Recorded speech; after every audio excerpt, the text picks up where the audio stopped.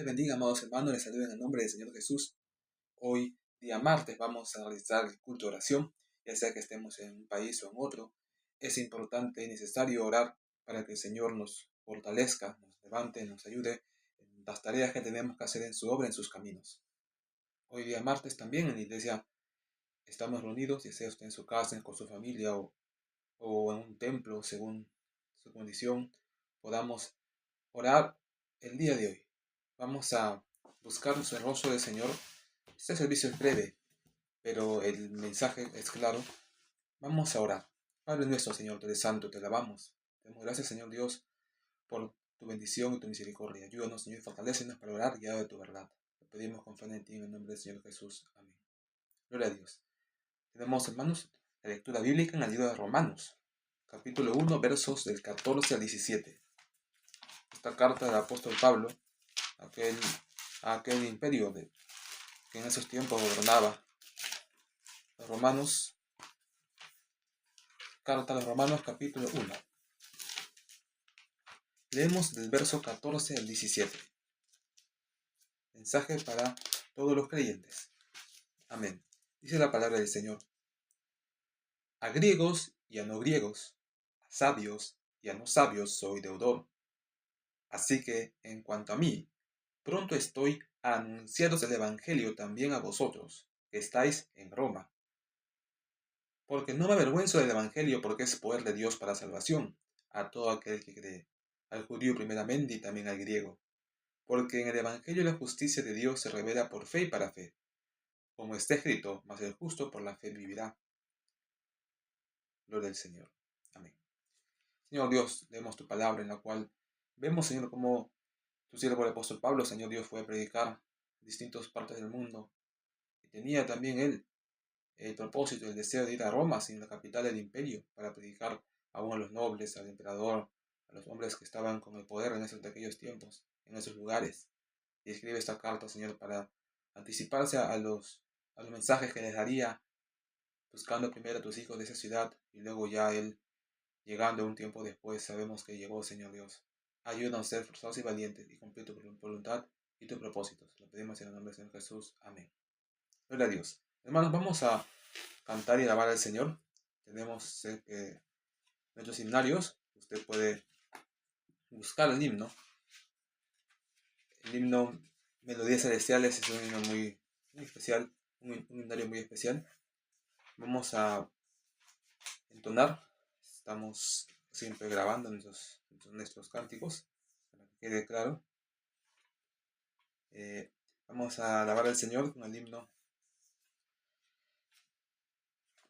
Bueno, hay el himno número 57, que es un poco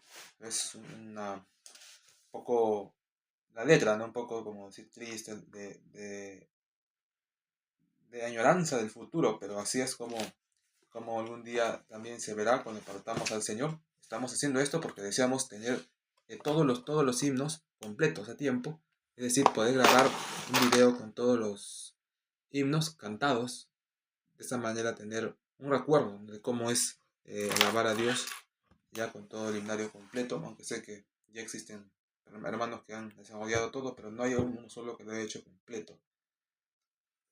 Nuestras grabaciones solo son como una forma de animar para que otros lo hagan también, y vamos a alabar a Dios. Himno número 57. Estamos filmando la fecha de lo que estamos cantando. Amén. Himno 57, cara a cara. Amén. Hoy estamos 19 de agosto de 2025. Gloria a Dios. Amén. Cara a cara. Yo anhelo ver tu rostro, contemplarte en tu esplendor, en los cielos donde moras, oh Jesús mi Salvador. Cara a cara nos veremos en el reino del amor, y en coro cantaremos alabanzas al Señor. Vagamente ahora vemos por la fe que tú nos das, mas entonces te veremos en la gloria donde estás.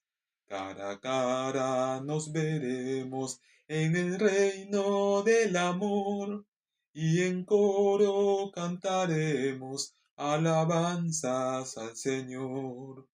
Oh, qué dicha tan inmensa será verte, mi Jesús, y gozar en tu presencia con los ángeles de luz.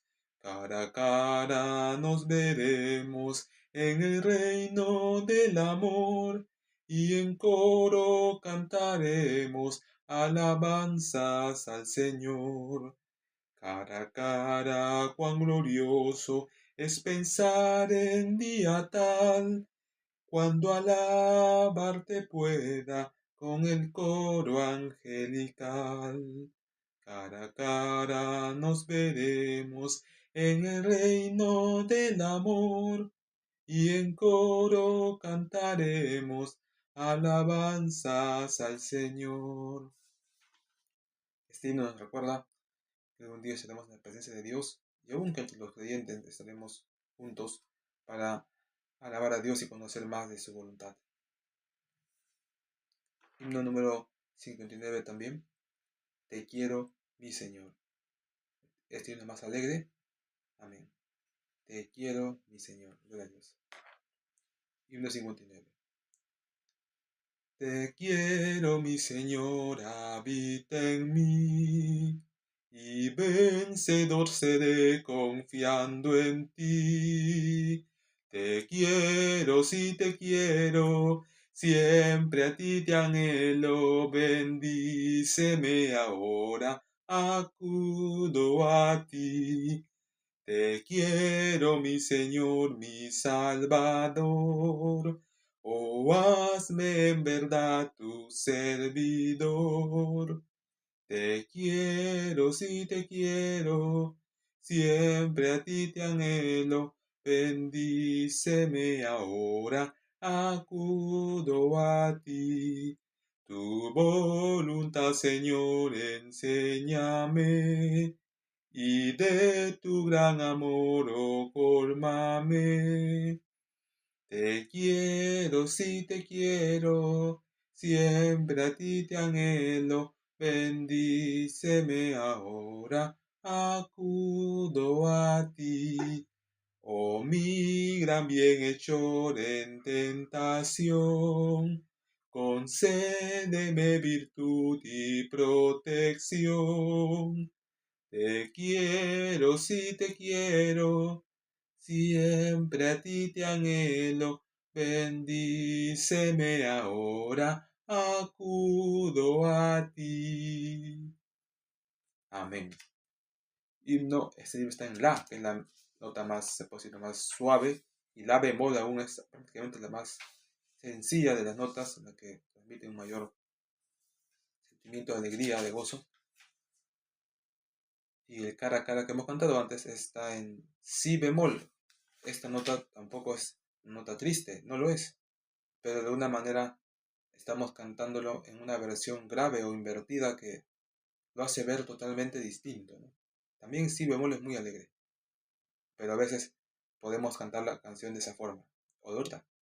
Cantaremos tal vez nuevamente en la versión si para que se escuche mucho, mucho más alegre cara a cara, pero no es la idea, ¿no? Porque es una canción tal vez de tristeza o de gozo en el cielo, ¿no? Tal vez cuando alguien fallece, pero a veces no lo cantamos ya porque trae más tristeza que alegría. Gloria a Dios. Estamos estudiando la palabra del Señor y vamos ahora, hermanos, a leer y meditar un momento antes de orar. En el libro de Romanos, capítulo 1, versos 14 al 17. Hemos leído ya, pero leemos nuevamente el verso 14. Dice la palabra del Señor. A griegos y a no griegos, a sabios y a no sabios soy deudor. Verso 15. Así que en cuanto a mí, pronto estoy anunciando el reino, el evangelio también a vosotros que estáis en Roma. Gloria a Dios. El objetivo de este versículo, hermanos, es alentarnos a nosotros a no avergonzarnos de predicar a Cristo y de poder proclamar el evangelio a nuestros familiares, a los conocidos, amistades, vecinos, ¿no? Personas que conocemos, y sembrar el evangelio de Dios en ellos. Que también Dios riegue esa semilla o nosotros también lo hagamos y lo volvamos a hacer nuevamente para que Dios vaya dando este crecimiento espiritual. La gloria es para Dios. En el libro de Romanos 1, si recordamos, existe el 1.23, dice el texto: no me avergüenza del Evangelio, porque es poder de Dios para todo aquel que cree. Verso 16 leemos: porque no me avergüenzo del Evangelio, porque es poder de Dios para salvación a todo aquel que cree, al judío primeramente y también al griego. Este mensaje nos muestra eh, el amor que debemos tener al prójimo, a los hermanos, a las personas que conocen a Cristo. El no tener vergüenza de predicar. Pablo dice que a griegos y no griegos es deudor. Es decir, él tiene el evangelio, quiere predicárselo a los gentiles, es decir, a los griegos, porque eran casi todos los que no eran judíos en esos tiempos eran griegos, o al menos era la cultura dominante. Ellos estaban prácticamente influenciando a todo el mundo con sus libros, con su forma de pensar, de ser, y Pablo los tenía a ellos también como ejemplo, y quería predicarles a ellos. Dice: soy deudor de los griegos, pero también de los no griegos, es decir, de otros tipos de personas, romanos. En ese momento él había predicado más a griegos, porque eran todos los lugares donde él había visitado, pero ahora quiere ir a los no griegos. Dice: ya sea sabios y no sabios, ya sea que predique a personas intelectuales con conocimientos amplios o también a personas que simplemente no tengan esa instrucción. Él dice que él es deudor a todos porque él quiere predicar y debe predicar a ellos, que es su deber como cristiano, como hijo de Dios, predicar a todo el mundo.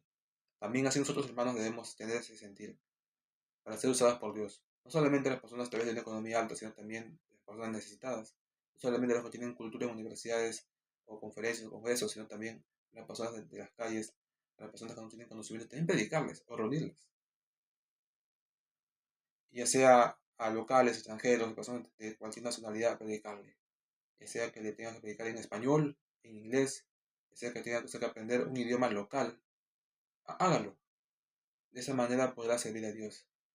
Ya sea en ruso, o en ucraniano también, ¿no? En árabe, o francés, o italiano, idiomas holandés también, no se ve, el, idiomas de todo tipo, luxemburgués he visto, y en general también el turco, idiomas que se hablan. Aprendamos y sirvamos al Señor. Aún con el quechua también se puede predicar a algunas personas en los Andes del Perú que aún no aprenden español, sobre todo adultos, ancianos. El poder del Evangelio. ¿Por qué dicen no me avergüenzo? Esto es difícil a veces de comprender, pero aunque sea un hombre experimentado como Pablo, y él sepa que no tiene de qué avergonzarse, de todas maneras él tiene que luchar con no avergonzarse.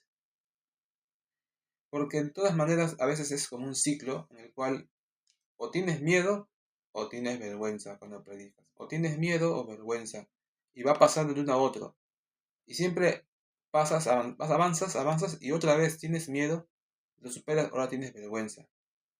¿Por qué? Porque a veces los primeros cristianos a veces o no tienen miedo porque saben bien el evangelio, y no tienen miedo de equivocarse, no tienen miedo de, ¿sabes? De que les insulten, les golpeen, y es fácil para ellos no tener miedo.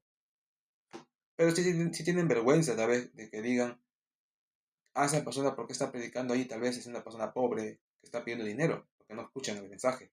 O tal vez es una persona mendiga o un extranjero que está haciendo problemas, que está tal vez criticando a los demás. Como no escuchan el mensaje, no saben qué estás haciendo. Y eso te avergüenza, porque los demás te van a ver así. No van a saber que estás predicando a Cristo gratuitamente o por deseo. No van a pensar que lo haces por dinero o por necesidad. Eso es una vergüenza, y sobre todo cuando sabes que tienes cierta posición económica, que tienes cierto conocimiento intelectual, ciertos grados universitarios, doctores, maestrías. Eso también da vergüenza, pero porque no te van a ver así. No van a darse cuenta hasta que te escuchen. O van así, y si tiene esa economía y esa fuerza, ¿por qué razón hace esto, no? ¿Por qué no predica en grandes estadios? ¿Por qué no predica, o escribe libros y predica en la televisión? No van a comprender que es importante también que se den testimonio en la calle. Y viceversa, cuando ya superaste esa vergüenza, ya no tienes temor, o ya lo has hecho tantas veces que no tienes vergüenza, que te piensen así, que te ven de esa forma, ahora pasas al otro lado, ahora tienes miedo. Porque si bien no tienes vergüenza, ahora tienes miedo de que te hagan daño, de que te golpeen, te insulten, que por la ira te digan algo, o te quiten algo, te hagan problemas. Tienes miedo de que no termines tu mensaje porque te interrumpen, más aún si lo estás grabando, ¿no? Como un video. Tienes miedo de que solo por molestar la policía venga a pedirte documentos y te distraiga, ¿no? Que los demás en ese tiempo tal vez se emocionen, te hagan más daño, pero que luego digan que está todo bien y se retiren.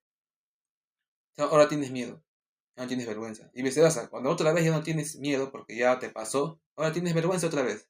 Vergüenza de que de equivocarte. Si bien no tienes vergüenza de tu mensaje, tienes vergüenza de decir palabras que no son las apropiadas cuando intentas predicar en un lugar más culto. Te vuelves a tener vergüenza ya de otros aspectos, ¿no? Vergüenza de tu vestimenta, vergüenza tal vez de tu apariencia, vergüenza de las palabras técnicas que usas o no usas, vergüenza tal vez del lugar exacto donde lo estás predicando. Entonces ya la vergüenza otra vez viene. Y viceversa, cuando lo vuelves a superar la vergüenza, otra vez viene a aparecer el miedo. Ahora tienes miedo a las multas que te puedan poner, porque a veces hay personas que se quejan, te acusan de algo que no has hecho, te ponen una multa, luego tienes que hacer un juicio, un proceso para que te descubran que eso no es cierto y te devuelvan los gastos. Pero ya a veces una pérdida de cientos o miles de dólares o euros. Pero que recuperas. Pero tienes ahora miedo de eso. Ahora tienes miedo de no solo que te denuncien a ti, sino también a otro que está contigo, que te decomisen tus cosas, que te quiten licencias, permisos, tal vez pasaportes. O sea, otra vez viene el miedo. Miedo que te veten de pedir prestado algunos o alquilar algunos locales. Otra vez viene el miedo. Y cuando ya ves eso por la experiencia, porque descubres cómo otra vez viene el temor, o la vergüenza, mejor dicho. No tienes vergüenza de quedar mal en público ante una gran multitud, vergüenza de que, por ejemplo, de que estás haciendo algo, pero que no sea lo que ellos esperaban, ¿no? Tal vez querían algo mayor, una mejor preparación, sería mayor exigencia, ¿no? Que tu presentación nomás ya sea increíble, ¿no? Buscaban tal vez que vestimenta típico, una vestimenta especial, o simplemente algo nuevo, o querían algo más presentable de tu apariencia, en tu corte de cabello, en tu lenguaje, tal vez querían que les hables en otro idioma. Entonces, otra vez viene a ver la vergüenza.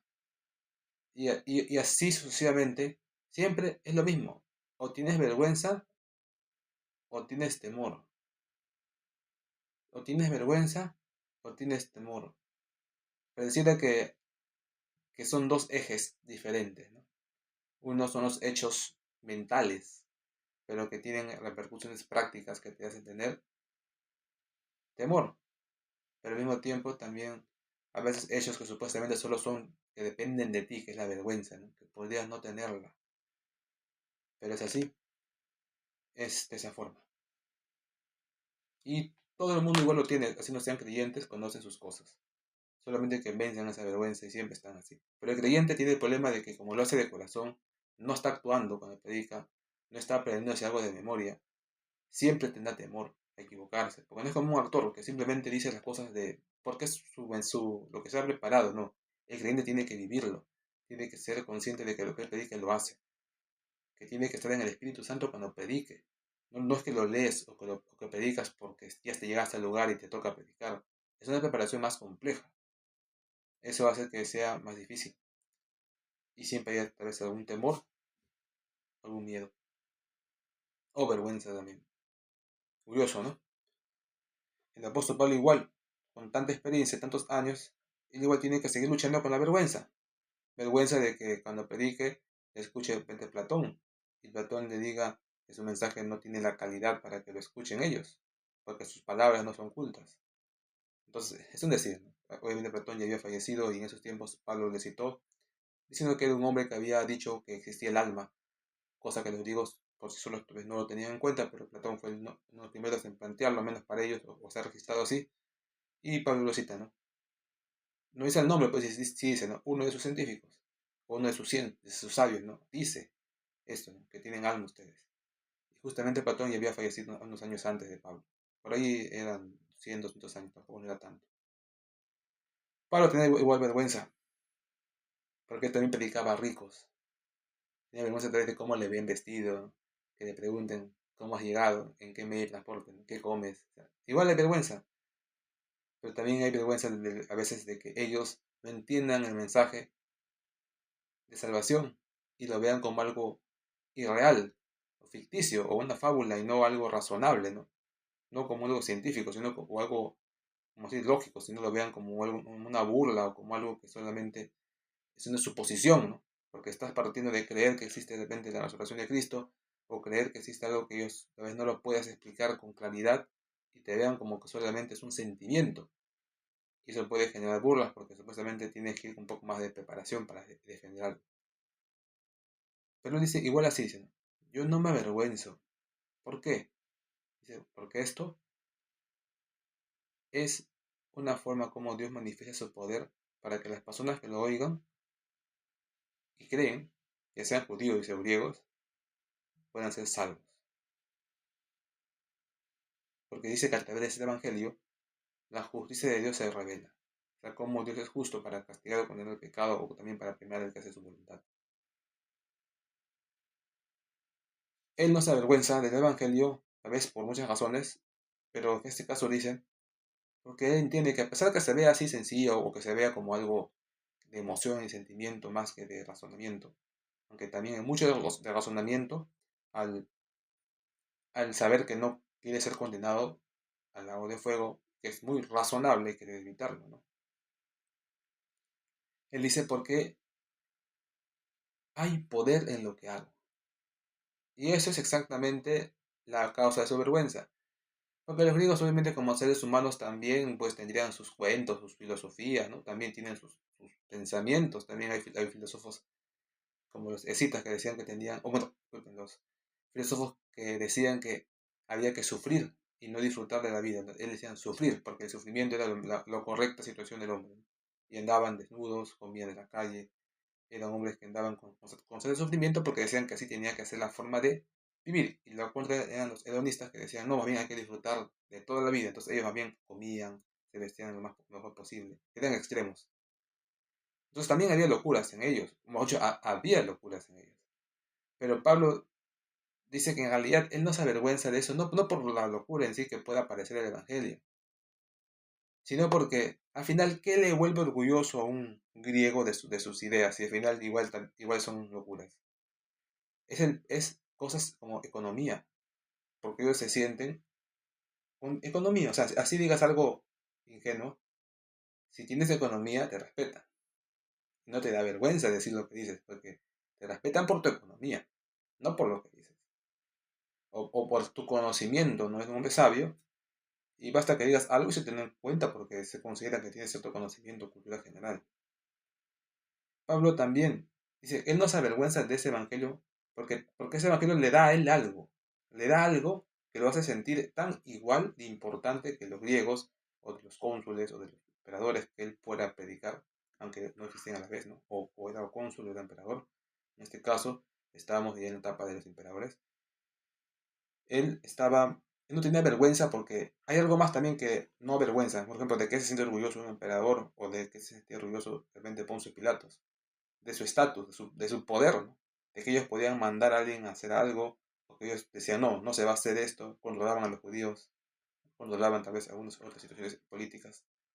Tenían poder y eso les hacía sentir orgullosos, al margen de que sean vistos como personas malas, o que no sepan de repente nada de otras cosas, ¿no? O que no sean sabios en matemática, pero no tenían vergüenza, porque tenían poder.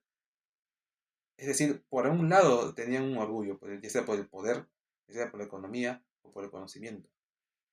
Eso era el orgullo, que les quitaba la vergüenza de ser quienes eran. Cuando Pablo predica, él dice que en realidad él tiene algo también de esa forma. Así el mensaje pueda sonar como siendo que extraño para algunos, él tiene poder y eso le hace sentir tan igual que el emperador.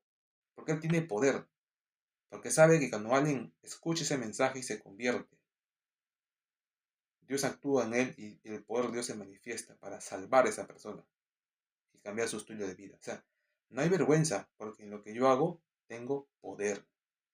Para el poder de Dios, pero el poder se manifiesta en lo que yo hago. Ahí está. No me siento menos que los demás, porque el poder de Dios está en mí. Porque yo sé que en el momento de predicar me muestro como embajador de Cristo. Y Dios, que es poderoso y tiene toda la tierra en sus manos, ¿no? Me tiene a mí ahí como su representante. ¿No es eso más grande que si tú fueras representante de algún reino de la tierra? ¿No se sentirían ellos honrados que los envíen a un lugar? Pues yo me siento más honrado que ellos, porque a mí me envía Dios mismo. Eso es algo que al cristiano lo hace sentir de verdad importante y a la altura de quien esté ahí, así sea un presidente, tú le predicas por qué de igual a igual. ¿Dónde está esa razón? ¿Por qué te haces igual a él? ¿En qué te basas? ¿No? ¿Cuál es tu razón? Que tú tienes inteligencia muy reconocida, tienes una economía muy alta, tienes poder, tal vez también eres presidente. No, pero tengo poder de Dios, porque cuando yo hablo, Dios actúa. Y yo soy representante, o como dicen, no, un embajador de Cristo en ese lugar. Ese es mi poder. Claro que también podrías tener también la parte económica, ¿no? Y también puedes tener la parte intelectual. También te va a dar poder. Pero de todos ellos, el más peligroso es el poder auténtico. Porque con el poder puedes controlar a una economía. Aunque de todos se van, ¿no? Todos son parejos. Todos tienen cierta forma de controlarse entre ellos. Pero al menos debes tener el poder. Y eso es lo que él siente en su interior. Eso es lo que Pablo siente. Por eso él no tiene vergüenza. Porque él no, en el momento de predicar, él no puede decir cuánto dinero tiene, ni cuántos títulos tiene, ni qué experiencia ha tenido. Él solamente puede hablar de Cristo. ¿De dónde pues sale su orgullo, su dignidad de pararse delante de los reyes, pararse delante de las personas a decirles qué hacer? Es porque él sabe que él tiene poder y que él es enviado de Cristo. Y que eso lo constituye sobre muchas personas en ese momento. Por eso tiene autoridad. Y no se avergüenza. Ven, es una respuesta totalmente lógica, razonable la que da Pablo. Porque es poder de Dios para salvación. Porque el Evangelio, en el Evangelio, Dios muestra su justicia que se revela por fe y para fe. Porque dice, mas el justo por su fe vivirá, por su fe en Cristo. Esto tiene otra explicación, claro que sí, ¿no? Está hablando ya algo más. Primero dijo poder, ahora está pasando a la parte intelectual. Está ya mezclando una filosofía, ideas. Esto es en la claridad. Así es. Así que usted cuando predica, no tenga vergüenza porque, claro, este tipo de vergüenza, no me refiero. La vergüenza de sentirte menos que los demás. Porque en ese momento eres más que ellos. Al menos en ese momento. Y eso es por razón por la cual aún los reyes, emperadores, oyen el Evangelio, porque sienten que está sobre ellos, porque ellos no son Dios, dependen de Dios. Y muchos hombres son honrados por eso, porque predican a Cristo o citan a Cristo. Es real y funciona. Bueno, esto nos anime a predicar. Luego dice también, bueno, el justo por su fe vivirá, implica que el hombre que se convierta a Cristo, esa fe que viene de Dios a él, le hará vivir, porque será salvo. Dice que eres salvo por la fe, sí, pero también dice que se revela esta salvación a Dios por la fe que tienes y también para tener fe, porque la fe viene de Dios, pero también esa fe genera fe también para actuar y confiar más en Dios. Sencillo, este es el mensaje de Cristo. Hermanos, no nos avergoncemos de predicar, porque ya escuchó, ¿no? No, así usted no tenga ningún título universitario, o si lo tiene también, bien, o teológico, así no tenga economía, nada. O así tenga demasiado, así tenga empresas, negocios, inversiones, acciones en empresas, comercio, así tenga presencia usted política o no en su ciudad, influencia en el Congreso o en los gobernantes o en los alcaldes, o no, o también no tenga nada de poder, o si lo tenga, ¿no? O si lo tenga, predique, prediquemos. Pero al menos queda claro en este texto, con este texto, que en el momento de predicar nosotros tenemos el poder de Dios. Hay poder porque en ese momento, así sea el presidente o el rey que nos oiga, o el emperador, si no cree que dice la Biblia, será condenado. Y si cree, será salvo. O sea, por tu palabra, aun quien sea que esté allí, va a ser condenado o salvo, dependiendo cómo reaccione. Poder o no, hay poder. Es increíble lo que pasa en ese momento. Si la ciudad donde tú vas no te escucha, condenación por ella. Si te escucha, bendición. ¿Hay o no hay poder? Claro que lo hay. Es increíble lo que sucede en esos momentos. Pareces una persona sencilla, sí. Pero cuando hablas ya se transforma todo. Se asustan. ¿Cómo es posible? ¿Cómo no le vimos venir? ¿En qué momento comenzó a hablar? ¿Por qué no nos dimos cuenta de él? Así pasa. Yo también, claro, sí, también a veces he predicado en varias ciudades, ¿no? Una predicación voluntaria, así es. Yo mismo grabando el video, un mensaje en el idioma de la ciudad. eh, y un mensaje genérico, ¿no? Más que todo es para el video, ya que cuando uno interactúa ya con las personas, sería más complejo la grabación, ya requeriría ya de yo de varias personas que me ayuden, o de otro, al menos uno. Como también, ¿no? Ya la interacción complica más porque es peligroso, ya pues, ya que ahí ven que hay otros peligros más que suceden, ¿no? Pero lo importante es al menos que te escuchen y que quede claro. Ya por otra oportunidad dirás de nuevo y de ahí ya darás un mensaje más pues, ¿no? Más como esperando algo de ellos, ¿no?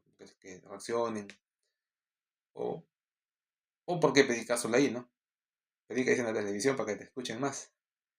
Tiene que ser efectivo, tal vez antes era así porque no había medios físicos, ¿no? Pero si los hay, para qué no vas por allá? No, es que es otro mundo, así es. Pero hay que buscar entrar, esforzarnos. Es un decir, televisión también era antes, ¿no? Ahora es distinto. Ya también hay redes sociales. Pero aún así, hay mil formas de hacerlo, solo que, como dicen, ¿no? Cada uno va siendo distinto, un mundo a descubrirlo. Hay iglesias en cada ciudad, ellos también predican. Pero esforcémonos porque esa obra que Dios hace en nosotros crezca y se haga más grande y tenga más y más resultados y más efectos. Pero si usted no tiene esa meta, si usted dice, no, yo no tengo ese, tampoco no voy a hacer Dios, alguno usted dice así, no, no, no, yo no voy a llegar tan lejos en esa área, yo solamente puedo asistir a la iglesia, puedo ayudar de vez en cuando, pero mi meta y mi compromiso son con mis cosas. Entonces, es una decisión, tal vez es así como Dios le llamó, tal vez para dar diezmos, tal vez para ayudar en otras áreas que no son menos, porque al final todas contribuyen, solamente que usted mismo se siente menos, porque sabe que no predica, a menos de esa forma como hace el otro, pero ayuda. Bueno, si así es que podemos, yo que lo puedo decir, ¿no? Como en Alemania hay todo tipo de gente, de los que son profesionales y los que son técnicos. Si todos fueran profesionales, ¿quién sería el técnico? Y aquí son muy seleccionadores, ¿no? Si en cierto grado de tu primaria no apruebas tu examen con cierta nota, simplemente ahí quedaste. No te permiten continuar la segunda mitad de la escuela que conduce a la universidad, sino te mandan a otros colegios que solo conducen a algo técnico, porque le faltan 2 años de grado.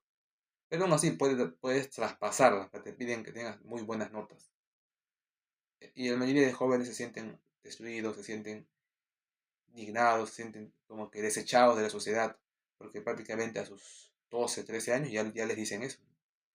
No vas a continuar en la escuela que conoce universidad, porque tus notas no son muy buenas, son regulares malas.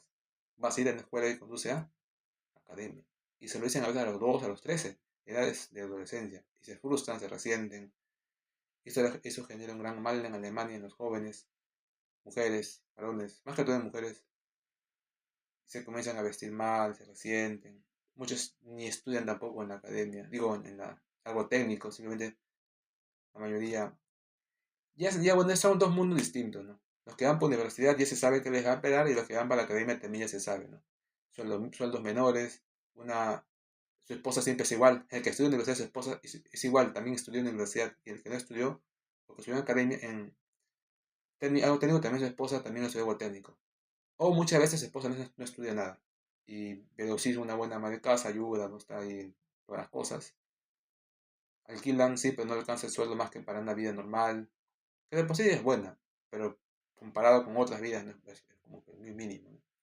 Y viven toda su vida así. Nunca pueden superarse. No hay forma. Así estén al menos 15 años trabajando, 20 años, tal vez le pongan como un jefe de algo pequeño. Triste. Los jefes no te permiten escalar porque dicen no tienes estudios. Pero tampoco los puedes tener porque no tienes derecho. Solo tuviste derecho a la academia. Por eso en Alemania son muy selectivos. Eso prueba que eso tiene buenos resultados para el Estado, ¿no? Porque tiene siempre gente que va a ser técnica siempre. Y gente que siempre va a ser ingeniero o siempre va a ser algo de científico, algún tipo de estudio, ¿no? Y los separan de frente. Y se visten distinto también cuando son para la universidad, también se cambia su forma de ser, ¿no? Son más alegres, son más razonables de su hablar. Los técnicos ya se vuelven un poco más gritones, ya por el resentimiento, ¿no? Pero aún así, pues tienen oportunidades, siempre hay trabajo para los técnicos, de todas maneras, además, te lo dan sí o sí. Tú acabas en la escuela, las empresas te buscan, te dan 3 años de trabajo de frente, pagado la mitad de un sueldo mínimo, pero te dan, y al mismo tiempo te enseñan lo que tienes que aprender para trabajar con ellos. O sea, sin experiencia, te contratan 3 años, tu formación se llama, ¿no? Tu formación técnica, al mismo tiempo te pagan un sueldo. O sea, que imagínense, ¿no? Ellos tienen más dinero que los universitarios. Tienen auto ya a los 20 años. Porque ellos más rápido tienen su sueldo, mientras que los universitarios todavía tienen sus primeros sueldos a los 25 años, como mínimo, cuando acaban su maestría. O 30, sí, 25 cuando acaban su maestría. De ahí ya pueden trabajar normal en su doctorado. Esa es la realidad, ¿no? Esa es la diferencia. Esa discriminación que hay, ¿no? Muestra dos, como si no, una claridad en una u otra cosa. Nosotros, como creyentes, eh, predicamos a Cristo y lo hacemos, ¿no? Con esa fuerza. Y si bien algunos tal vez digan, no, yo no soy para pastor, yo no soy para evangelista, bueno, pues usted mismo, pues en este caso usted mismo, aunque en realidad también influencia el entorno, ¿no? Solo que en Alemania es más obligatorio el gobierno que el entorno. No, en Perú más la práctica, ¿no? Que en la práctica igual no doy peso. Yo lo lamento, yo no lo puedo creer cómo hay personas que acepten ese tipo de vida. Para mí es una locura. ¿Por qué aceptas eso? ¿Qué tienes? ¿No tienes deseo de superarte? ¿Qué hay en tu mente? O sea, yo no lo puedo creer. Para mí es una locura. Tremenda locura.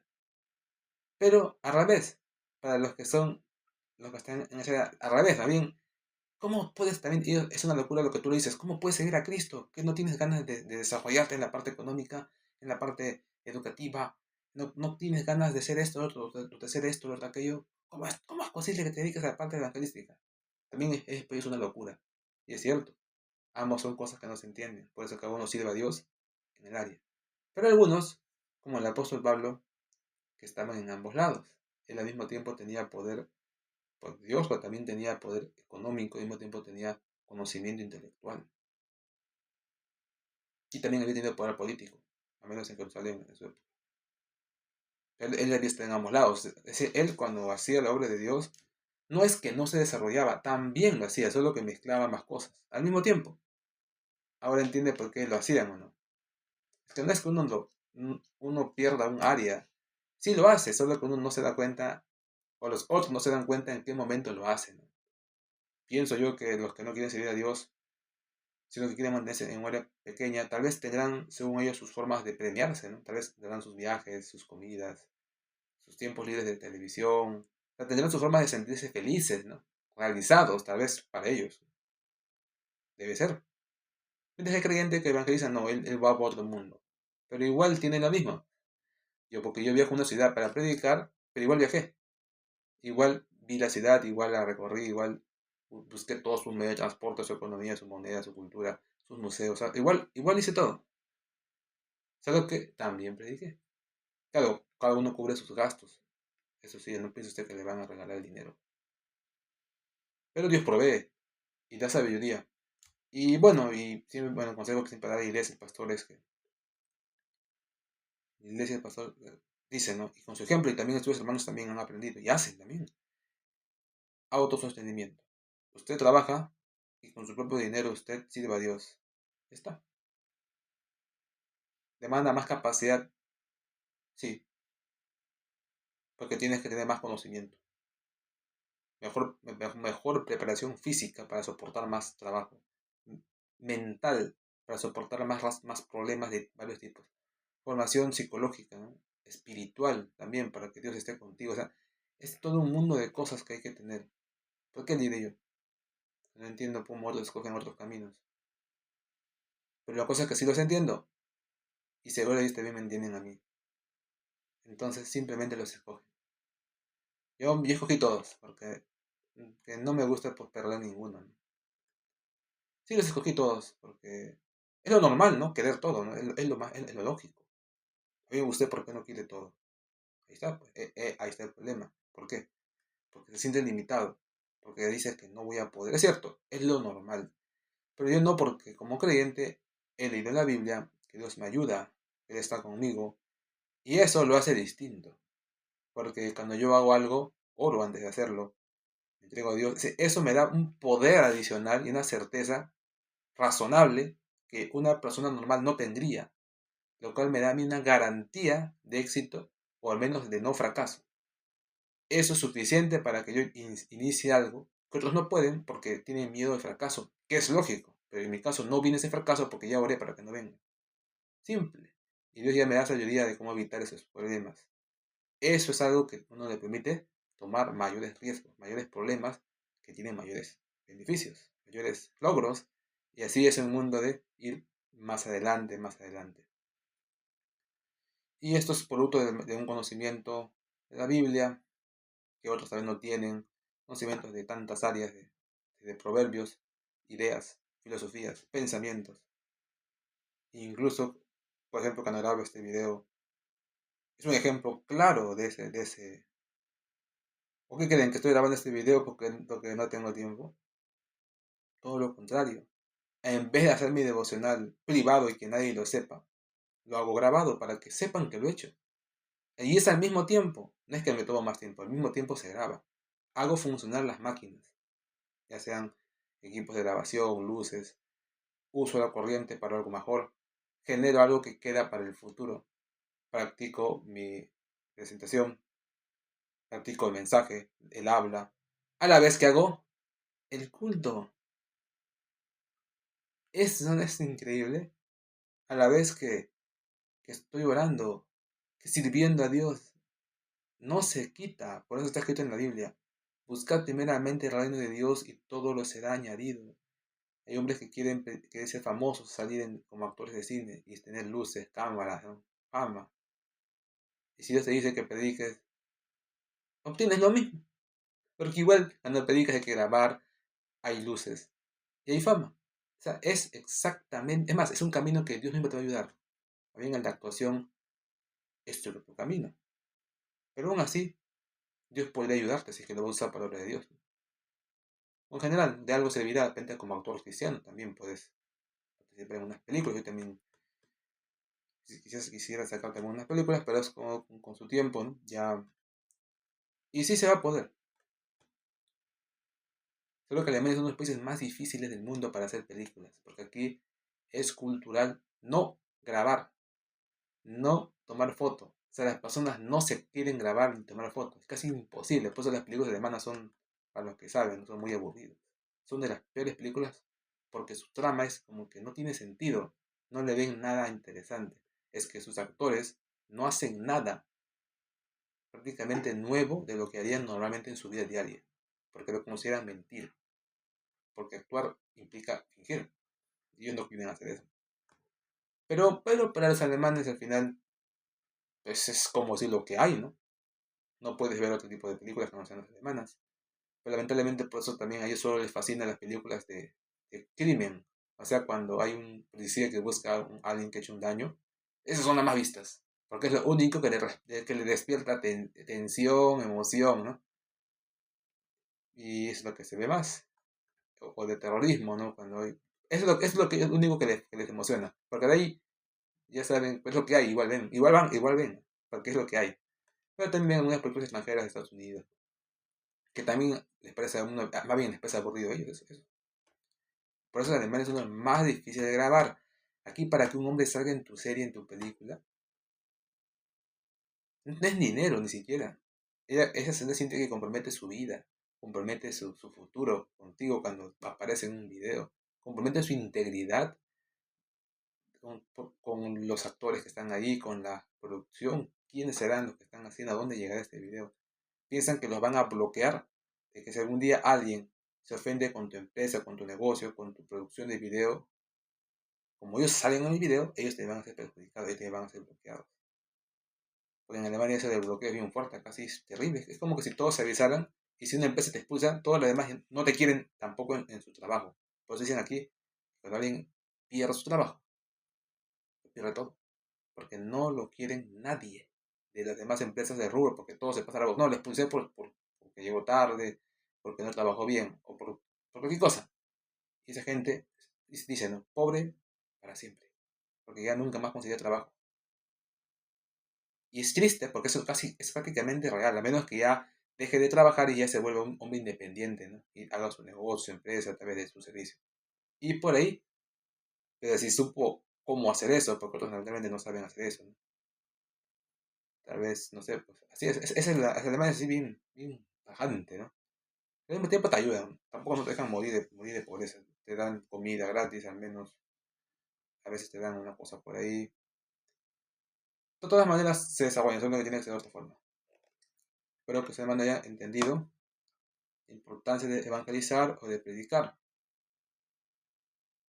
Y sé que igual lo va a hacer, sino que yo sé que también hay mundos, ¿no? Hay en las mentes cada persona, pero por eso somos un cuerpo, ¿no? Cada uno tiene un don, un, algo que lo diferencia, que él desea ser más, que al final todo junto no suma parte del cuerpo de Cristo. Bueno, con tal de que sepa yo que usted está muy feliz con lo que hace, no me siento mal, no me siento mal de que usted esté donde esté. Pero según ustedes que si quiere desarrollarse más, quiere crecer, también yo quiero eso, dice, yo también quiero eso.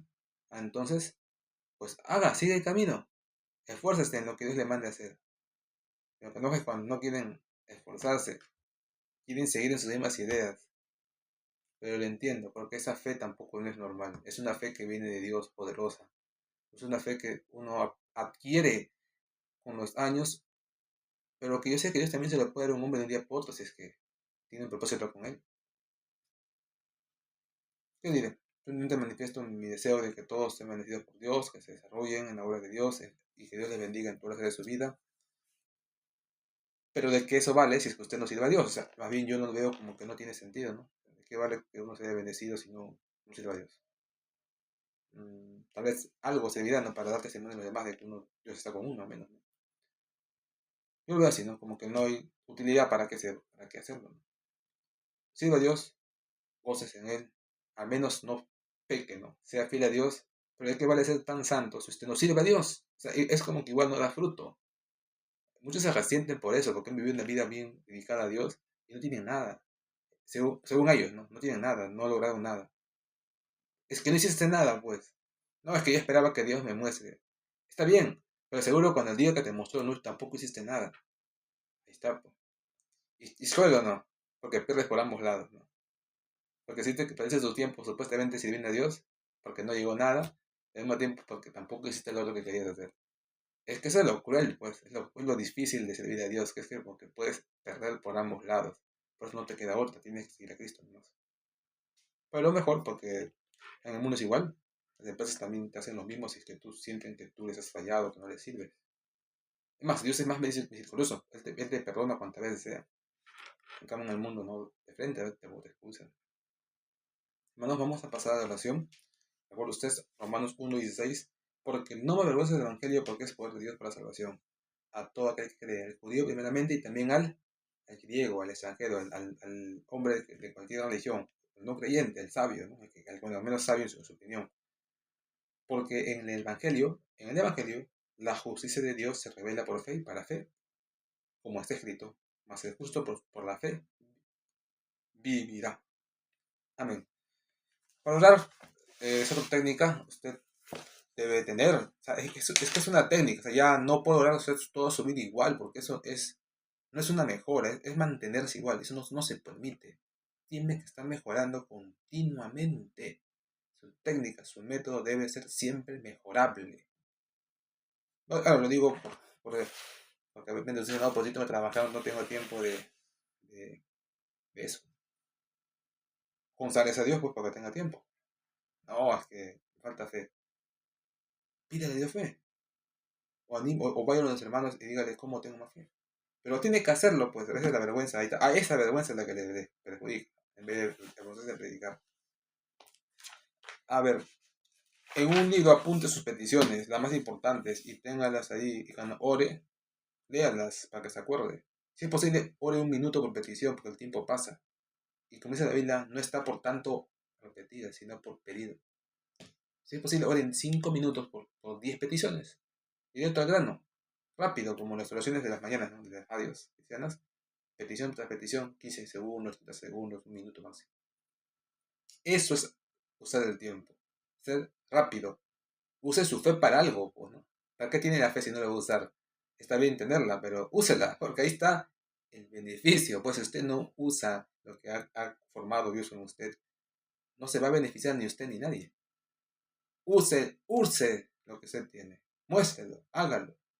Y hable de Dios, orando. Y si no lo entiende, las cosas son simples.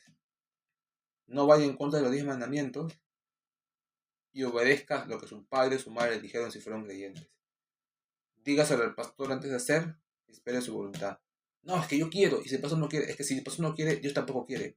Ahórrate el fracaso. Directo al grano.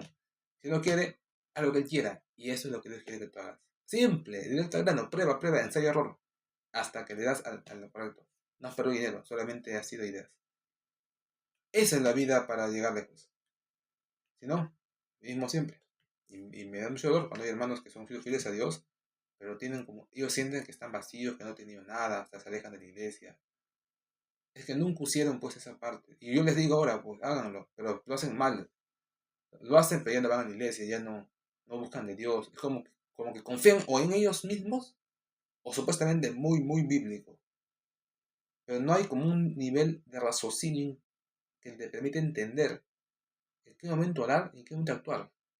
Ese raciocinio no lo tienen, pero yo les digo que lo utilicen, que lo generen, para que de esa manera se desarrolle.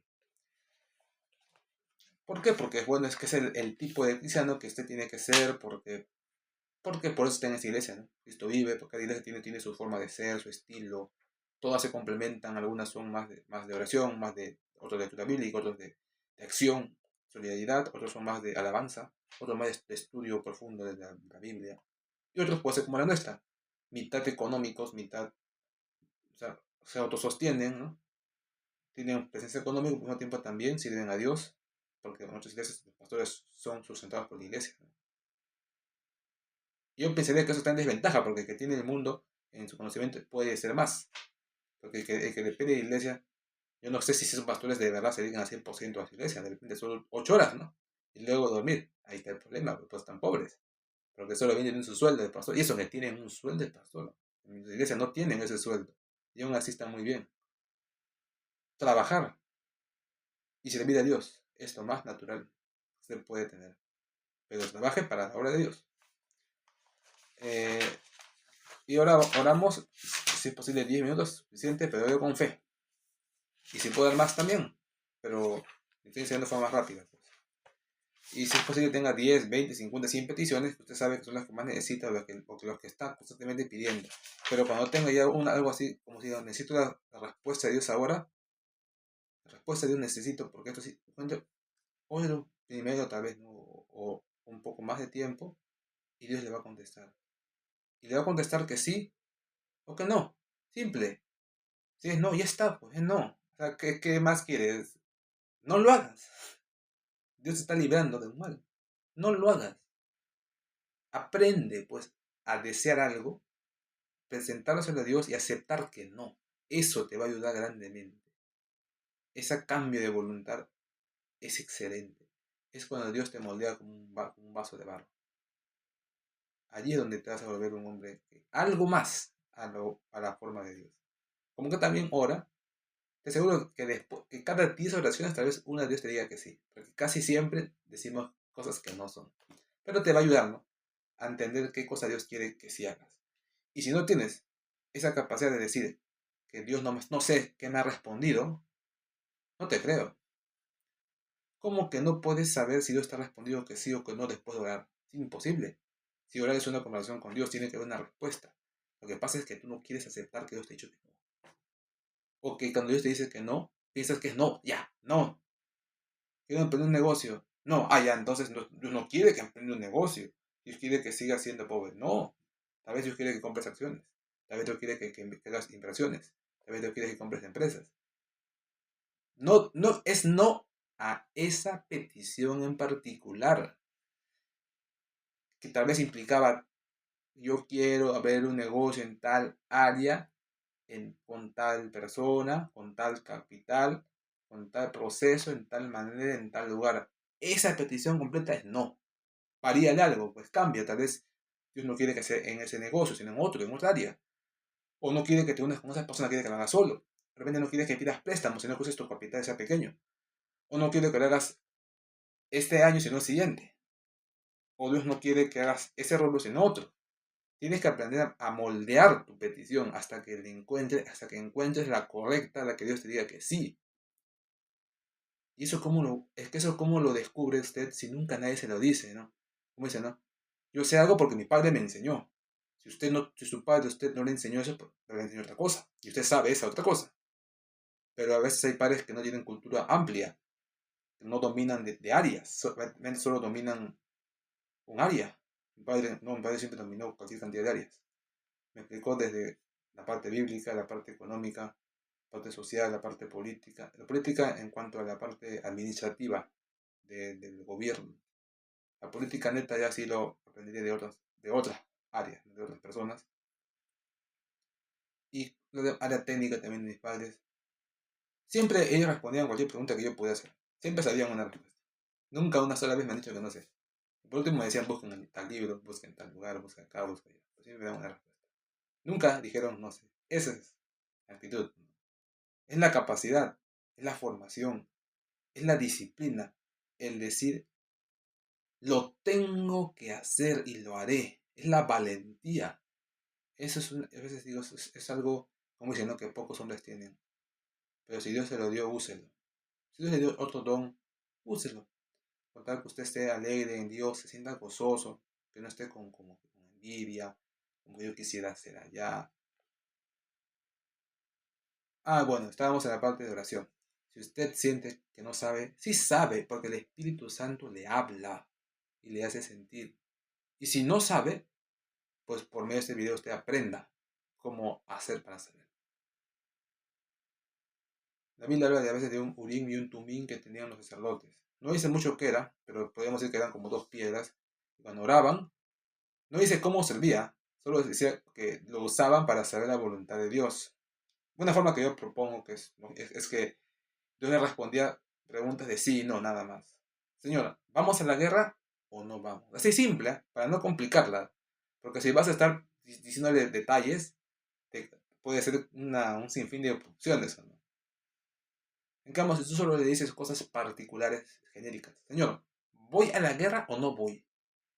Eso es totalmente claro para que Dios te dé un sentir de sí o no. Dios, Señor, ¿emprendo alguna actividad económica o algún tipo de forma de ingreso adicional al que tengo o no? Eso haga. Pero su mente abierta a todas las opciones. Señor, inicio un estudio en algún área, forma, sí o no. Y ya luego vas entrando, ¿no? ¿Para esto o para el otro? Ese sí y no es la técnica más efectiva en el sentido de simplicidad, porque es un 1 o un 0, sí o no. Para que usted sepa la voluntad de Dios. Entre sí. Ore, haga como 10 oraciones en 10 minutos. La primera, 10 minutos, Señor. ¿Hago esto o no hago esto? Sí, ya. ¿Se da en esta área, Señor? ¿Se da en esta otra área? ¿Sí o no? No, no, no. Y si, no, y si nunca llegas al sí, pues dile, Señor, muéstrame en qué le debo servir. Y Dios te va a mostrar de repente el día siguiente. Esa es la actitud. Ese libro también es así. Como cristianos podemos sentir por el Espíritu Santo un sí, como una paz de Dios, o un no, como un dolor, como un sentimiento de que está mal lo que hace, ¿no? Ese es el sí, ¿no? Que es el Urim y Tumim que tiene un sacerdote. ¿Y por qué usted lo tiene? Porque usted es sacerdote delante de Dios. Pero úselo, aprenda a ejercer, aprenda a ser hábil, diestro. Saber cuándo es sí y cuándo es no. Y póngalo a la prueba para que vea que sí se cumple. Y si no tiene fe, porque dice, no, hermano, yo en fe no voy mucho, yo necesito cosas así simples, claras, ¿no? Lo que ya sé. Bueno, entonces, como dice, ¿no? Que la fe de otros lo animen a usted a hacer eso. O pídale oración a otros, ¿no? Para que la oración de fe de esos otros le influencien a usted y le ayuden, ¿no? Entonces no tiene fe, pero él puede. O hermano, no sé si hacer este negocio o no. Entonces dice usted, voy a orar. Y Dios le dice, sí, hágalo. Y está, simple. Pero también aquel hermano también le va a hacer esa petición, ¿no? No cualquiera, ¿no? Por mi caso, yo sí puedo hacer esas peticiones. Porque mi relación con Dios, comunión con Dios me permite así de intimidad poder preguntar al Señor y yo sé la respuesta, si es sí o no. Pero como todo siempre es personal, queda en uno también, ¿no? No es, pero ¿por qué los hermanos no vienen a pedir así, hermano Israel, tengo estas cosas, pido a Dios por mí, a ver qué dice? Es totalmente válido, eso sí en el Antiguo Testamento. Cantidad de veces, solo que ellos le llaman consultar al profeta, decían, ¿no? Ahora usted mismo puede consultar a Dios, pero si usted siente que no le da ni su experiencia en fe, ni su experiencia en oración, usted no sabe nada de eso, usted está en otro mundo, pero cree que Dios es real y sabe que Dios contesta, pues ¿por qué no hace eso? ¿Qué tan difícil es ir a los siervos de Dios Pero obviamente hay el famoso, ¿cómo se llama?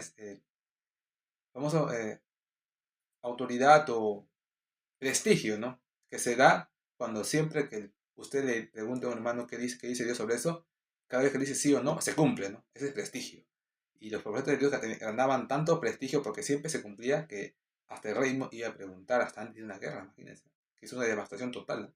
Porque ir o no tiene costos. Porque si no vas a la guerra, tienes igual que pagar a todo lo que has contratado, al menos por la semana que estuvieron ahí caminando, ¿no? O sea, igual vas a perder una inversión.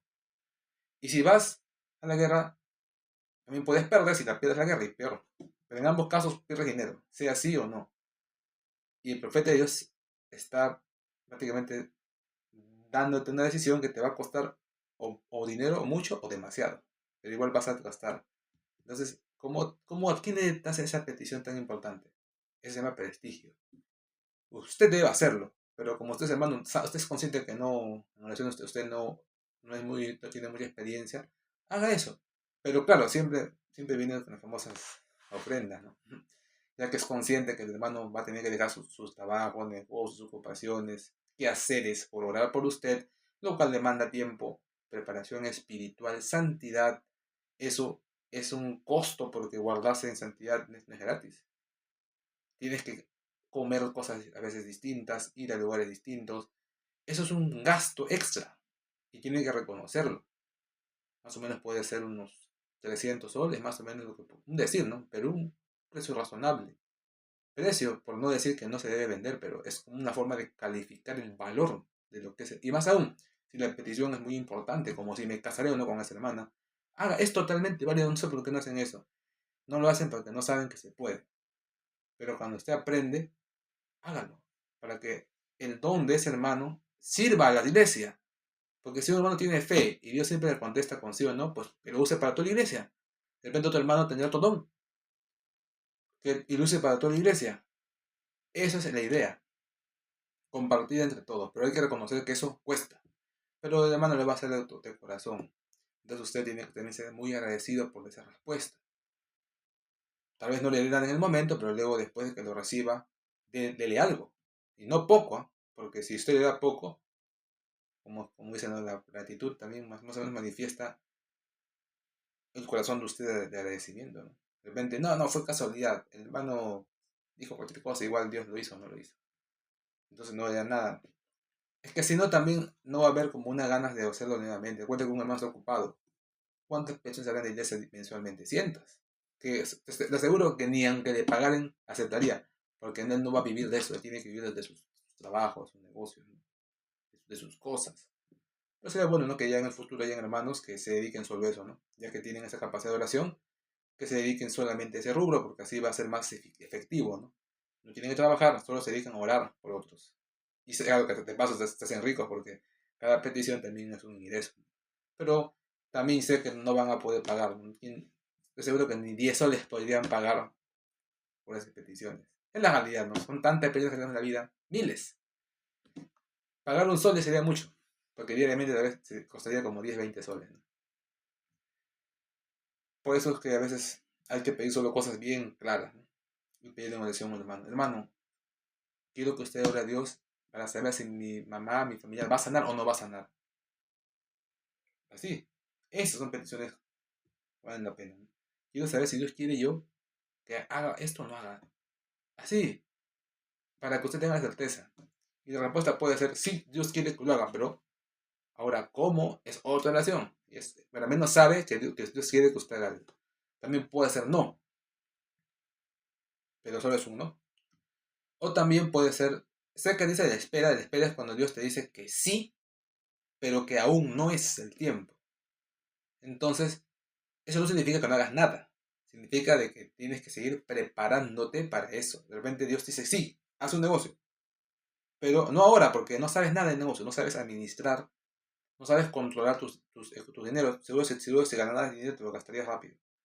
Entonces tienes que esperarte 5 años para que sean moldeadas tu conducta, tu carácter, y Dios así te diga, ahora sí, hazlo. Es un tipo, ¿no? El espera también implica casos en los cuales eh, la espera se da porque Dios no contesta la oración. Y uno lo sabe, pero son algunos casos donde Dios no contesta, y es bíblico. ¿Sí? La Biblia enseña casos que cuando Dios no contesta, es preocupante, porque no sabes qué hacer. Pero puede ser sí, puede ser no. Cuando uno ora y sentimos un bloqueo, no sentimos respuesta de Dios, simplemente, a menos en mi experiencia, cuando pasan esas cosas, cuando oro, pues lo más normal es prevenir ambos casos. O sea, no hacer nada, porque puede ser que esté mal. Me abstengo, oro más tarde, o al día siguiente, porque en ese momento no hay respuesta. Es raro, pero pasa. A veces es triste, no tienes ganas de hacer algo y no hay respuesta. Uy, tengo que esperar hasta mañana. Hay que esperar. Mañana, vuelves a orar. No hay respuesta, eso sí es raro. Sería muy raro que haya 2 días sin respuesta. Tal vez es porque usted está en un pecado que a Dios no le agrada. Tiene que dejarlo. Por eso Dios no le responde, porque ni siquiera Dios dice que usted tiene la comunión para que no le responda. Y esa es la realidad por la cual casi todos los hermanos no oran con fe, porque son conscientes que están en pecado.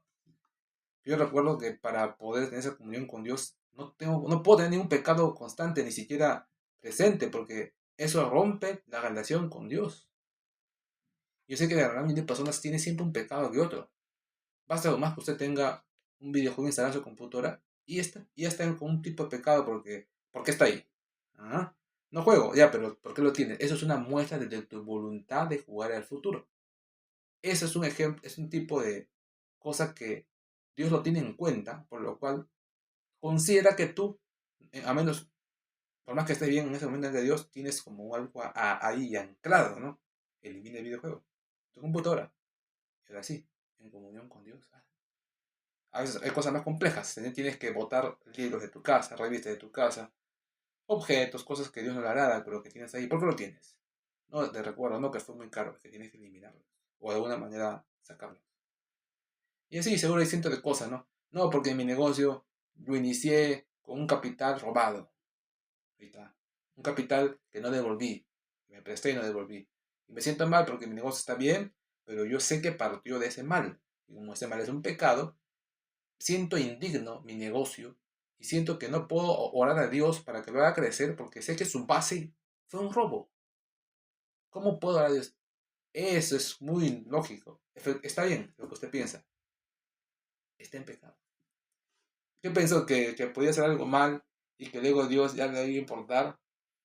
Y si usted es en estos casos, cualquiera que fuese, ¿no? Que ha hecho algo, que su pasado es un inicio malo y que siente que Dios no le, por eso no le contesta, pues ¿qué cree que es la respuesta que tiene que hacer? Tiene que cerrar el negocio, pues, y reiniciar de nuevo, devolver el dinero o usar otro dinero de otra cosa. Personalmente no encuentro otra opción, ¿no? Ahí no hay nada que hacer. Usted ahí piensa que las cosas son un juego, que Dios, así, usted podía hacer lo que sea, ¿no? Entonces es muy tajante. Hasta usted puede hasta morirse, si es que no se arrepiente de un pecado, porque Dios no le va a oír su oración de sanidad por ese pecado.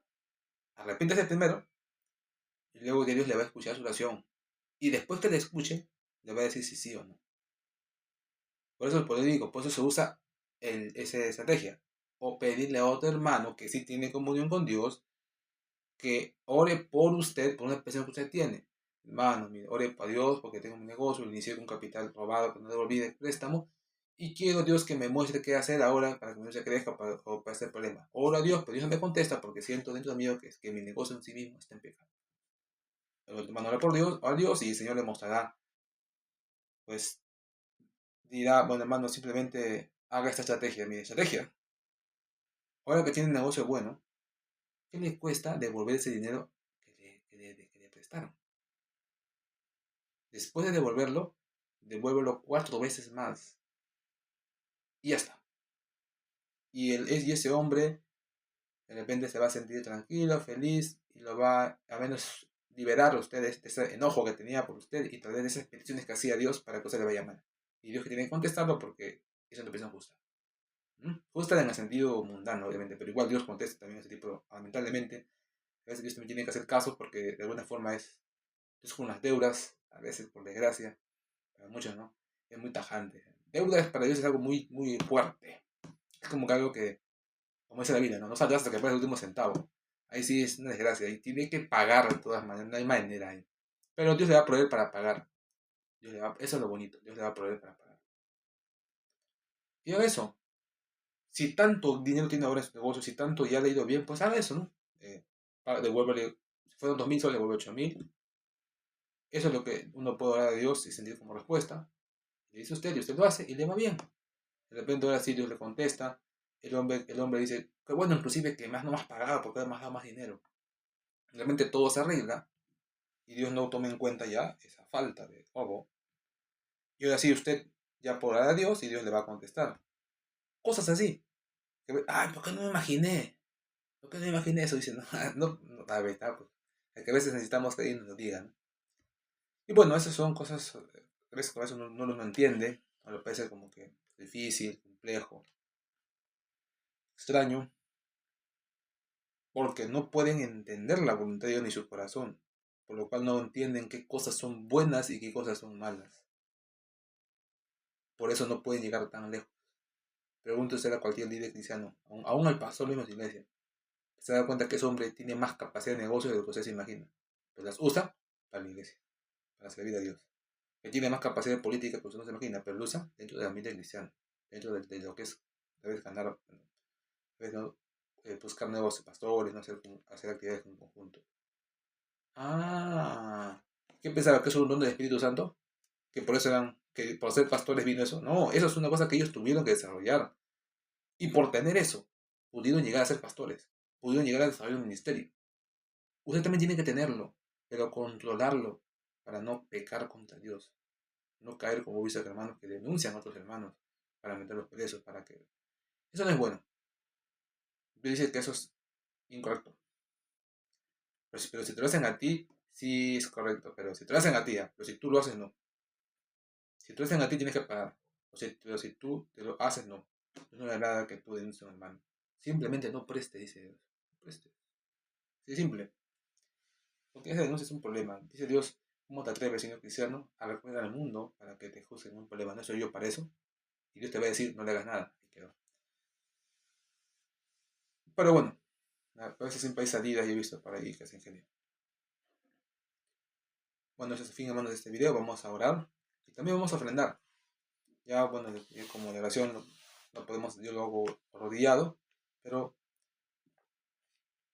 no, también no se ve en la grabación, pero vamos a ofrendar ya para despedirnos. Y cantamos el coro bendición. Bendición, bendición recibiré, si confío en la promesa del Señor Jesús. Cristo sana, salva y bautiza con poder. Aleluya, gloria a Dios. Bendición, bendición recibiré, si confío en las promesas del Señor Jesús. Cristo sana, salva y bautiza con poder. Aleluya, gloria a Dios. Amén.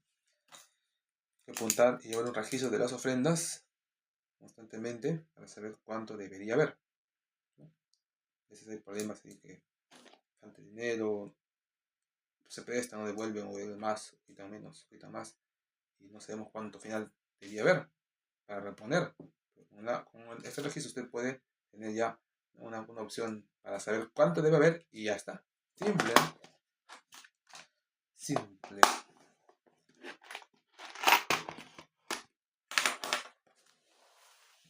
Dios bendiga, hermanos, y ya bueno, nos despedimos. Hasta el siguiente día martes. Recuerden, no se avergüence del Evangelio, predique o contribuye de alguna manera para que se predique.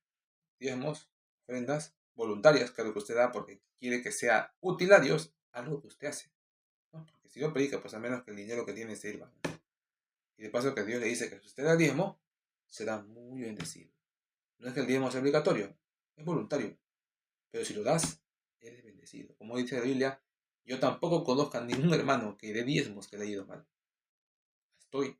Siguen dando porque les va muy bien. Y si no sabían, como dice la Biblia, y si no te gusta servirme, te enseñaré cómo es en el mundo, para que veas que es peor, porque ellos te van a pedir más.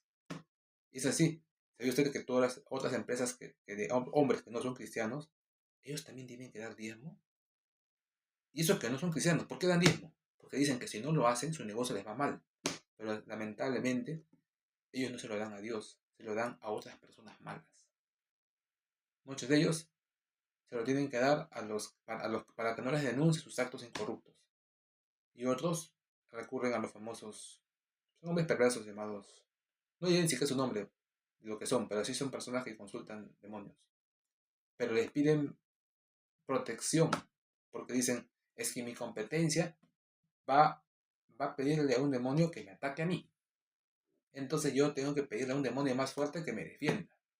Entonces, todos los años tienen que hacer sus pactos con dinero hacia un hombre de esos que se dedica a esas cosas, para que ese año ese demonio mayor los defienda de los demonios menores. Y como todos son negociantes, todos hacen ese pacto. Es más, en el Perú, sepa usted que casi todo, por no decir todo, se da el 90%, que no es cristiano, que tiene un negocio en el Perú de los miles y cientos de miles, negocios grandes, ni siquiera pequeños, todos, el 90%, que no son cristianos, hacen eso. Por eso ya sabe ya por qué tienen sus famosos nombres, el señor de tal, la virgen de tal. Así se llama su negocio. ¿Por qué? Porque están pactados con esos demonios. Y ellos saben que son demonios, pero igual no les importa eso. Simplemente así es. Si no, me va mal, se choca mi auto, me muero, dicen, ¿no? Ahí se le va el dinero todos los años. ¿Por qué cree que siempre hacen la fiesta patronal? No sabía quiénes financiaban eso, ¿no? Porque el pueblo no lo financia. Son los ricos del pueblo. ¿Y por qué lo hacen? Porque tienen sus pactos. Si no los hacen, ya no los va a defender. Aunque no es que sea cierto, ¿no? A veces el mismo diablo también se organiza, ¿no? A sus mismos demonios les pide que ataquen a otros como para que ellos hagan sus pactos para que a su vez, ¿no? Ellos ya no ataquen, ¿no? Pero es porque el mismo diablo los organiza así, porque dice la Biblia que el diablo no puede expulsar a otro diablo. Si no es que tiene que hacer que ese mismo reino está ordenado, tipo los famosos pedidores de dinero, ¿no? De que hay en Perú que se acercan y piden dinero a cambio de no hacer daño. Lo mismo en el diablo. El enemigo hace eso. No es que un diablo puede expulsar a otro o que entre ellos se pelean, no. Simplemente se organizan. Así es, como es el negocio. Y ese dinero va para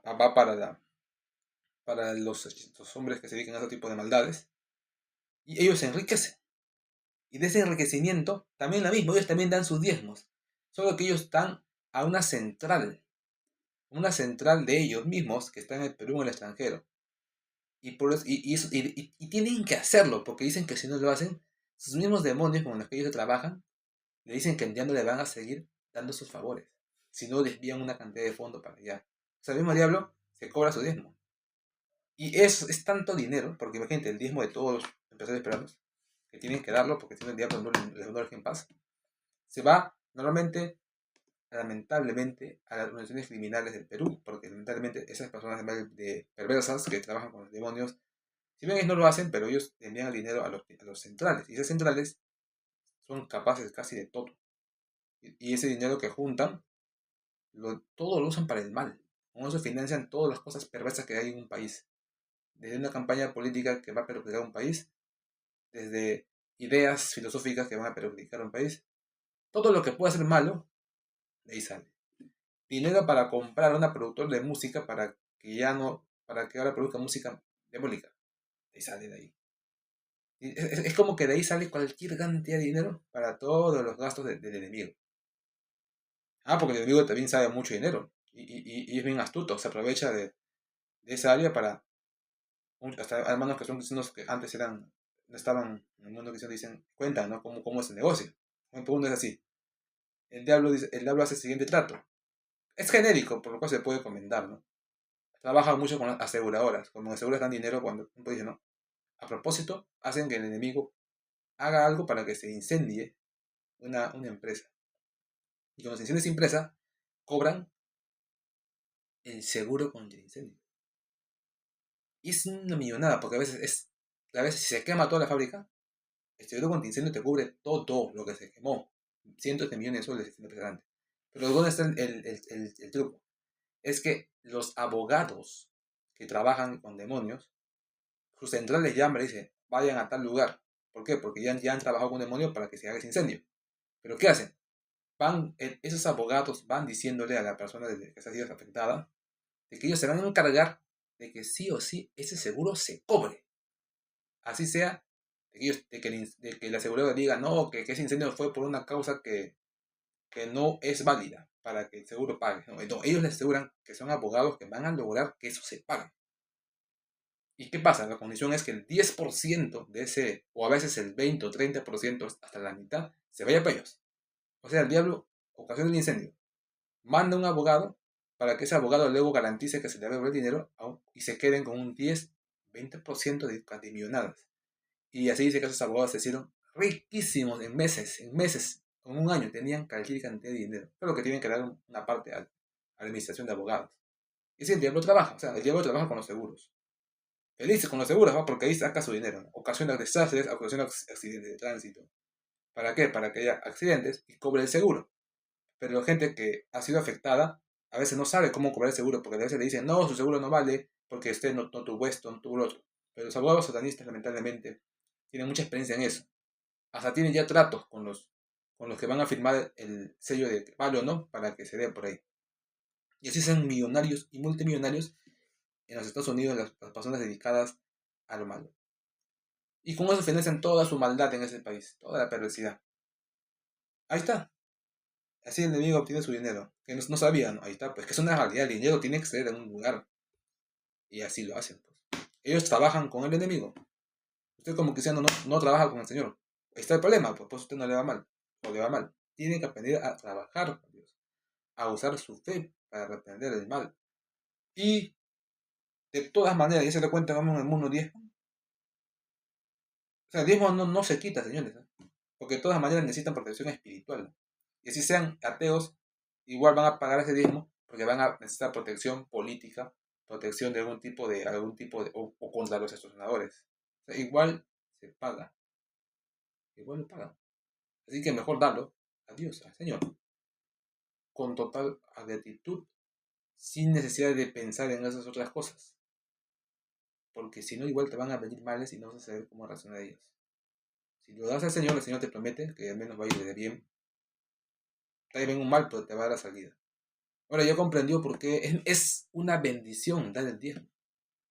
¿Por qué iba a ir que darlo? O ofrendas también voluntarias. Y esa es una forma importante de servir a Dios. Y esperamos que pronto toda esa maldad que hay en el Perú acabe. Y si ustedes dicen, ¿no entienden algo? Todo lo que yo digo tiene fundamento teórico, bíblico y espiritual. No estoy diciendo solo suposiciones. Lo que digo está verificado y comprobado. Y en su tiempo seguro serán libros, ¿no? Reseñas para que quede más claro y ya no lo tomen como una opción, sino como una realidad lo que estoy diciendo, ¿no? Y ya busquen soluciones a esas cosas. Amén, hermanos, qué bueno es poder predicar y como dice la Biblia, compartir entre nosotros el conocimiento ¿no? El conocimiento de uno sabe, otro no sabe, para complementarnos. No está cuando usted no quiere oír. Yo recuerdo de un niño que tuvo un libro de refranes para leerlos y discernir, ¿no? Cuál era correcto o no, según la Biblia. Y uno decía, recibe un consejo aunque sea de un conejo. Me pareció razonable porque invocaba la humildad de reconocer de que aún de un ser insignificante tú puedes aprender algo. Claro, es más fácil aprender de un conejo, pero a ver, aprender de un mendigo, o de un borracho, o de alguien despreciable, aprende algo. ¿Da vergüenza o no? Porque siendo eso supuestamente tan bajo, tienes que aprender algo de él. O sea, él sabe algo que tú no sabes. Y aún sabiendo eso, le va mal. Y es cierto, ¿por qué? Porque ese hombre está vivo. ¿Y qué crees que estar con vida en este mundo es fácil? A ver, prueba estar con vida sin dinero. ¿Cómo sobrevive? Tiene que desarrollar muchas capacidades y habilidades. Solo que uno no quiere reconocer que esos hombres también tienen capacidades. Porque es humillante. Ese hombre es tan hábil como tú. Solo que por un vicio, por una enfermedad, por una posición demoníaca, por una desgracia, está así. Pero ese hombre es tan hábil como tú. Ahí está, no lo puedes creer, ¿cómo es posible? Yo pensaba que esa gente era así porque era incapaz mentalmente. Claro, algunos tendrán una enfermedad, ¿no? Es mínimo. La gran mayoría son igual que tú de capaz, solo digo, una enfermedad, un trauma psicológico, una desgracia económica. Están así. Ah, pues no sabía eso. Bueno, pues ese es el desconocimiento, la ignorancia de la vida. Igual hay que aprender de muchas cosas. Pregúntele, ellos le van algo le van a aconsejar, algo le van a decir. cantidad de veces he tenido que poner esa prueba para sacarle algo a esa persona. Y siempre tienen mucho de áreas, solo que a veces no aplican. Saben, pero no aplican. Ese es un ejemplo de ser humilde. Y si yo mismo no tendría vergüenza de aprender de ellos, porque a veces hasta me quieren enseñar y yo tengo que captar la mala idea, ¿no? Yo al final he aprendido a aprender de todos, no me da vergüenza aprender de nadie. Solo que ellos más bien lo ven mal, lo ven como que yo no sé nada y que me voy hasta ellos a preguntar, como decir, "Ah, no sabe nada, viene a mí que no sé nada". No, yo voy a usted a preguntarle, porque sé que algo sabe y yo me he dado cuenta de lo que usted sabe y de eso le pregunto. No es porque yo no sepa nada, es porque yo me doy cuenta que usted es hábil en algo y en eso es muy bueno. Ahora que está incompleto, ¿no? Que sabe muy bien cómo hacer riqueza, pero no sabe cómo administrar, no sabe cómo contratar personas, no sabe leyes. Ahí está, pues sabe bien una herramienta, pero además está en la calle. Pero esa una buena, al menos me servirá a mí de ejemplo, ¿no? Para mejorar en esa área. Ahí está, siempre se puede aprender. Pues cuánto más de un hermano en Cristo usted puede aprender. No, pero ¿qué quiere ver usted para aprender? Eso es un... Sé que es algo que facilita el aprendizaje, ¿no? La buena presencia, la ropa, o la ropa presentable, la voz, decir cosas, la raza, ¿no? Lamentablemente esas cosas influencian para que usted oiga un mensaje. Y es así, es una realidad. Por eso Dios, los que le sirven, busca que ellos también aprendan eso, para que sean presentables, ¿no? Para que al menos ganen la atención solamente por lo que los ven. Pero luego usted también pierde la bendición cuando usted se deja llevar por eso y cuando no ve eso, simplemente cree que no hay nada que aprender. Es un error, ¿eh? Porque todas esas cosas, presentación, en algunos casos son solamente la cúspide final de una preparación inmensa. Sino que en otros casos inician con eso y lo demás no tienen. Y usted piensa que esas personas son de esos casos. Ah, como no tienen eso, tampoco tienen lo demás. No, es depende de la formación. Hay casos en los cuales se forman primero en la parte intelectual, profesional, y al último en la parte estética. Y viceversa, hay personas que comienzan con la parte estética desde niños, ya visten bien, de niños tienen una presentación increíble, de niños aprenden a hablar, pero la presentación intelectual están muy malas. Y recién de adultos logran la parte intelectual.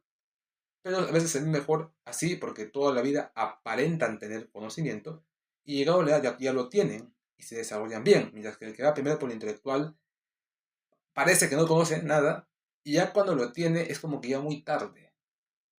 Y uno no tiene esa experiencia, ¿no? Es como que lo mejor era primero la parte física primero.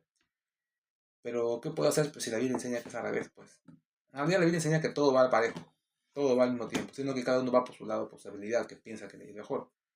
En mi caso, por ejemplo, la parte esa, sabes, la tendré al final, pero, pero va llegando, solamente que es más compleja.